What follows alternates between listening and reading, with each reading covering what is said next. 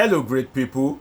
Welcome to another Politic Hour with your political library, Dr. Omoshola Deji. On this episode, we are going to be discussing the issue of Nigerian jet that was seized again, this time in Canada. $57 million worth of Nigerian jet seized in Canada. I'm going to be bringing you all the insightful analysis, and afterward, I'm going to be telling you what you need to do henceforth. Don't forget that the money that is used to purchase and maintain this jet belongs to you and I as a Nigerian citizen. So what you need to do henceforth, I'm going to tell you. So sit back, relax while I bring you all the analysis. Now, $57 million worth of jet in Canada. What is the jet doing in Canada in the first place? There's no news in the media that the presidency is going to sell one of the jet or maybe two of the jet. But why is Nigerian jet, symbol of Nigerian sovereignty, symbol of Nigerian presidency, why are they all abroad? Why do you find one Nigerian jet on the American continent? You find three on the European continent. Is there something that the government is not telling us? And will the government say that they want to go and service all these jets at once? What if there is an international emergency? What if there is an issue that happens and the president needs to jet out of the country? The vice president also needs to jet out of the country. So if 4 jets are abroad, that shows you the amount of jets that Nigeria has. So is it safe for anybody to call Nigeria a poor country? Nigeria is indeed not poor. We just have bad leaders, terrible leaders, leaders that are greedy, leaders that are selfish, leaders that are self-centered. Because if you have 3 jets in France at a time, you are going to be paying for where those jets are parked. The cost of maintaining those jets. So why would any sane country keep 3 jets at a go in France, and you use taxpayers' money to fuel them to France? That is what happens to a country that has failed to develop its engineering sector. Despite the fact that we have lots of engineers in the country, we still take planes abroad to go and service. So there's no engineer in Nigeria that can service this plane. Now, let's go to another realm of analysis as regards this plane. If Nigeria has 4 jets, according to what we know now, which I think is about 6 or 8, how many jets do Nigeria really need so that we can know how bad some of these our leaders are? First, do you know that it is very rare for you to find a situation whereby the president and the vice president will not be in the country? Don't take my word for it. You can fact check. You can barely find a situation whereby the president, the vice president, the senate president will not be in the country. That will be leaving what we call a power vacuum. Let's imagine that President Bola Ahmed Tinubu, as he is in Paris now, Shettima is presently in the country. If Shettima leaves the country, then you will have the next in line is Akpabio, which is the Senate president. After that, we have Tajuddin Abbas, the Speaker of the House of Representatives. So those are the 4 top citizens. It is very rare for the president and the vice president not to be in the country at a time. So now let's assume that there is a kind of like unforeseen situation that the president is not in the country, Shettima also is not in the country. What am I trying to say? These people will only need 2 jets. 2 jets. If we find ourselves in a situation that the president and the vice president are not in, let's imagine that the president is sick, then the vice president has an international engagement. How many jets do you need? 2 jets. So you ask yourself, if you need 2 jets at most, why are you as a country owning 6, 7, 8 jets? What about the maintenance of those jets? Those jets are going to be flew by a special pilot. They are going to be paid. They are going to be serviced. It's just that you can't compare a man that has 1 car or 2 cars to a man that has 8 cars. The cost of maintenance, the cost of expenses of those 8 cars is way more than it outweighs the man that has just 2 cars. So you can see where the tax that you are paying, you can see where those monies are going. So you ask yourself that, I've been paying tax. Maybe you are a civil servant and you've been paying tax for like maybe the past 20 years. Now those tax are meant to provide amenities for you, but you ask yourself that I've been paying tax. So where is this tax going? My brother, my sister, I'm sorry to announce to you that it is that your tax that some people are using to fly private jet. It is that your tax that some people are using to drink cold wine inside private jet. It is that your tax that they used to fuel those jets that were taken abroad. It is that your tax that you've been paying for years that they used to buy those jets. So rather than use your tax to provide convenience for you as a citizen of the country, they are now using your own tax to be enjoying. They are using your tax to buy different private jets. If not that we have irresponsible leaders, can you only be flying in the sky? Now, I was watching on TV where this lawyer, Deji, said that he saw Akpabio's convoy in Lagos and he was amazed. He saw President Tinubu's convoy in Abuja and he thought that if this is how these leaders are wasting money, based on this convoy alone, the president deserves to be impeached. But who will do that? And Akpabio that is enjoying almost the same luxury life as the president, because he said that in Lagos, when Akpabio was to depart Lagos at the airport, he flew in presidential jet. Goodness me. The office of the Senate president is important, but it is not as important as that of the president. So if you are a Senate president, you can catch any of the available flight going to Abuja. There's nothing special in being a Senate president. The most important office is that of the president. That, okay, the president might have very serious fundamental local and international engagement. So if we are poor as a country and the Senate president is flying private jets, not even helicopter. You know that helicopter costs less than jet, and helicopter, if you are flying it, the maintenance costs less than that of a jet. Also, don't forget that helicopter can land in some kind of like rough terrain, but private jet or aeroplane, they have designated places where they can land. There must be some amenities in place. So if you are to fly as a Senate president from Lagos to Abuja and you are flying the presidential jet, don't forget, presidential jet, not Senate jet.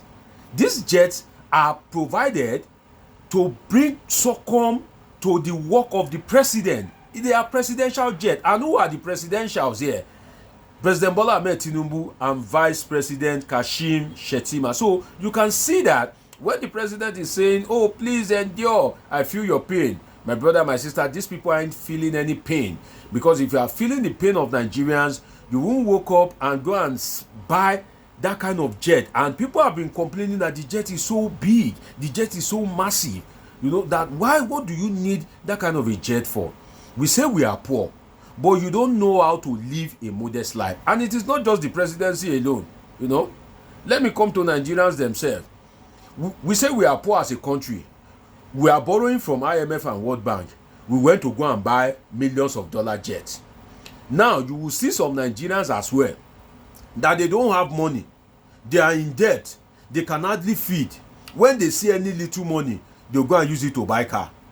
They have car that they are riding, that they can be managing. They'll go and use that money to buy car. So the thing is, as long as we are criticizing Nigeria, let us look at ourselves too, because we are a product of that country. So is it that people like you that influence the presidency to be behaving the way they are behaving, or the presidency over the years has influenced you in such a way that you too, when you see money, you just want to spend it? You just want to spend it anyhow. So we need to be careful as citizens, great people. Now, what do you need to do? I promise to tell you what you need to do henceforth. You see, my brother, my sister, what you need to do henceforth is, having dictated that your tax is not being used for what it is supposed to be used for. Now, if you are a civil servant, look at your pay slip. Look at the amount that they are deducting as tax. I beg you in the name of the God you serve, please, that money that they are deducting as tax, please, when you collect your salary, deduct the equivalent of that money and use it to enjoy your life. Because if you don't enjoy your life and you die, you don't know what will happen to you. We have only been hearing about heaven and hell. Nobody has gone and come back and tell us whether how heaven or hell is. So what I can tell you is, let's say your salary is let's say 100,000, for instance. If your salary is 100,000 naira, and after the whole deduction, maybe they are deducting, let's say 13,000 for example, so that means you'll be going home with 87,000 naira. Please, out of that 87,000 naira, I beg you in the name of the God you serve, try and remove 13,000 naira. Yeah, I know you are in debt. Yeah, I know you have family. Yes, I know you have dependents. That's fine. I know you need to pay school fees. That's correct. But at the same time, if people can be using your money to drink wine inside private jet, why are you denying yourself the ability to drink malt out of the salary of the money you worked for? Why are you denying yourself the ability to eat suya out of the salary of the money you work for? So if government increase tax tomorrow from that 13,000 that we are using as example that they deduct in your salary, if they increase it tomorrow to 17,000 naira, if labor do not protest, so be it, because those tax are being deducted from source. So if those tax are deducted from source, there's nothing you can do if they raise the percentage of the tax. So what I'm saying is, the equivalent of that tax that they are removing, when you collect the remaining money, you too remove the equivalent of that money and use it to enjoy yourself. If it is one drink that you like, try and buy it for yourself too. My dear brother and sister, you are not going to die, because at the end of the day, if care is not taken, you would have worked for years and you will just die in vain, only to realize that you have not enjoyed yourself, only to realize that you have never enjoyed yourself, you have never enjoyed anything in life. And if you can't remove the equivalent of that tax, at least remove half. So what I'm saying is, try and do something to enjoy your life too. Try and give your life a meaning. Try and make sense out of your life, because if you are not making sense out of it, your leaders will deduct the money and be using it to fly girls in skimpy skirt to Dubai. So please enjoy your life too. Another thing is that political participation, I can't emphasize it enough. You see, when politicians know that if they don't do the right thing, they are not going to be able to occupy political office, then they will do the right thing. If politicians know that if they didn't perform, they will not get elected, definitely they will strive to increase their performance. But if you leave them to their fate, definitely things will go wrong. The more you participate in politics, the more you reduce the chance of rigging. Imagine if everybody comes out on election day and everybody vote. How many people do thugs want to harass? How many people do police want to harass? How many people do army want to intimidate? If everybody comes out on election day with a determined mind that this is how we want to vote and we want to stand by our vote, imagine immediately they've counted the vote, everybody bringing out their phone, snapping the result, and immediately that is done. Imagine everybody following the result to the collation center.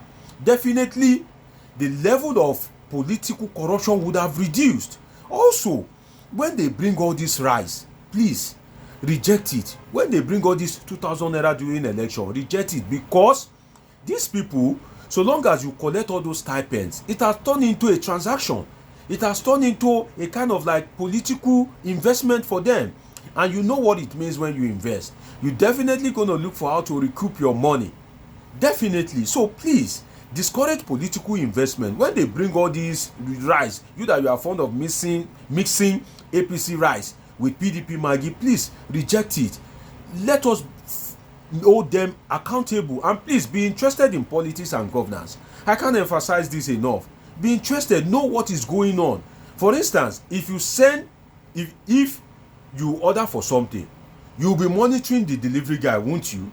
Your interest will be in that thing. That is how government is. In a democracy, if you vote for a government, or even if you don't vote for a government, if that government eventually wins the election and is in power, that government is there to serve you. So it is your duty as a citizen to monitor that government.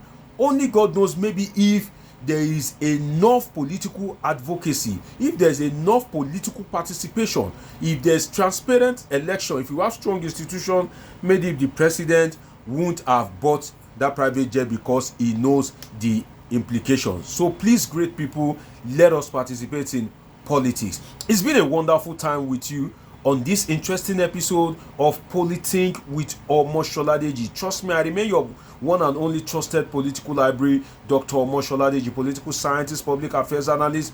Till I see you again in my next video. In fact, after this, I'm about to record another one. So definitely, I'm going to see you very soon because I'm not always far from you. I remain your my humble self, Dr. Omoshola Deji. Stay safe. God bless. See you soon. God bless you.